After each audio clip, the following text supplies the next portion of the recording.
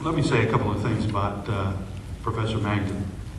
He's an outstanding historian in his own right, one of the premier historians of the Pacific Northwest, having published several books on waterfront workers in Tacoma and in Seattle. He is working on two forthcoming volumes. One is on the Japanese American community in Tacoma, the other on a biography of Dave Beck. Ron Magden came to the UW in 1951. He graduated in 1954, and he's the kind of alumnus that I like. He still remembers his UW enrollment number 0510223. Today, Professor Magden will address the topic, the Shudikoff case, and then he will introduce, in turn, Dr. Fred T. Haley, also from Tacoma. Ron?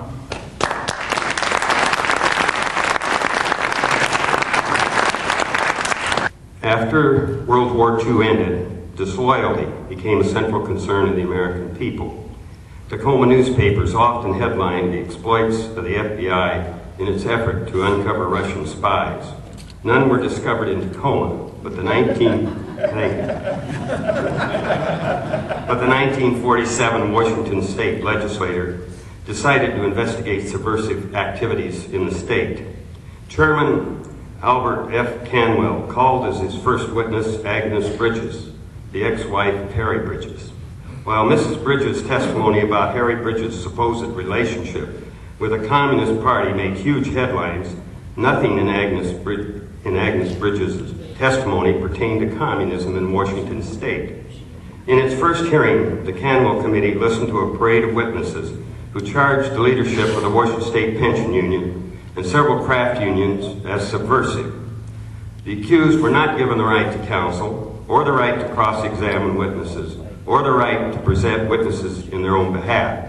The Canwell Committee announced the second phase of its investigation would concentrate upon 40 subversives on the faculty at the University of Washington.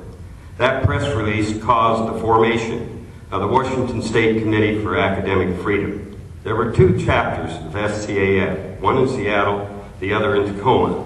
The elected chair of the Tacoma Committee for Academic Freedom was Frederick T. Haley, a Navy veteran and successful businessman.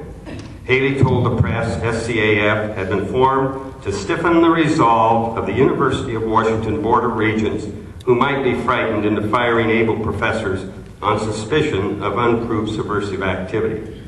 The Academic Freedom Committee sponsored public meetings to enlighten citizens about the principles of academic freedom.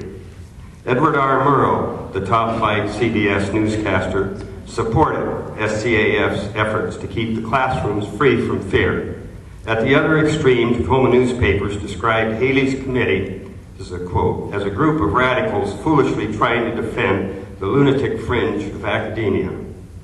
The 90 business, professional, and union men and women who composed the Tacoma Academic Freedom Committee pressured Charles Welch, editor of the News Tribune, to reprint a Seattle Times editorial that all the Canwell Committee had been able to produce with circumstantial evidence.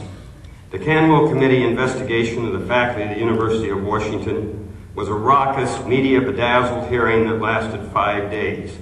In the end, 8 university professors were stigmatized as either being members of the Communist Party or participating in Communist front groups.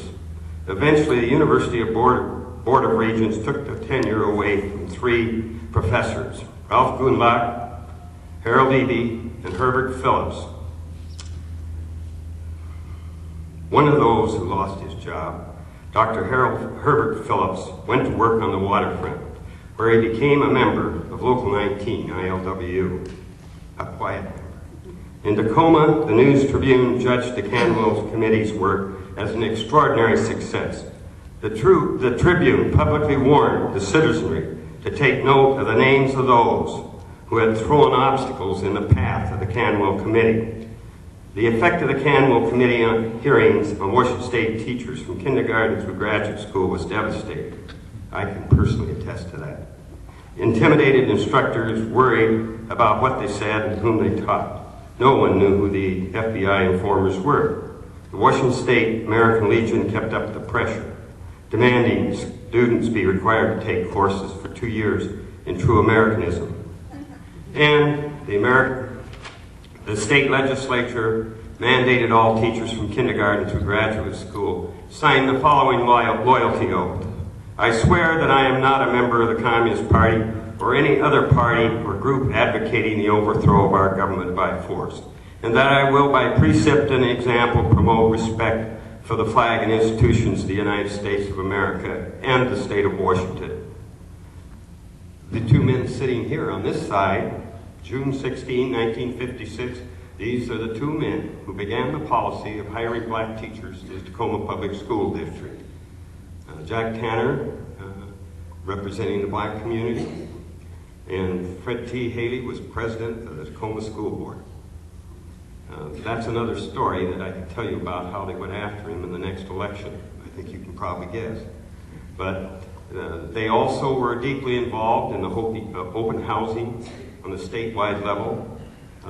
Fred Haley has served on many national commissions on the improvement of education. He was a National Endowment for the Humanities Scholar, one of the few businessmen that ever got that honor. He was a member of the Fund for the Improvement of Secondary Education. He served on the Evergreen Board of Trustees, and I just was amazed to see the salad on his slip here yesterday on how many visiting committees of the University of Washington he belonged to. And he has been my friend since 1954. I owe my job to him in Tacoma, and I'll never forget that. But in any case, Mr. Fred Haley.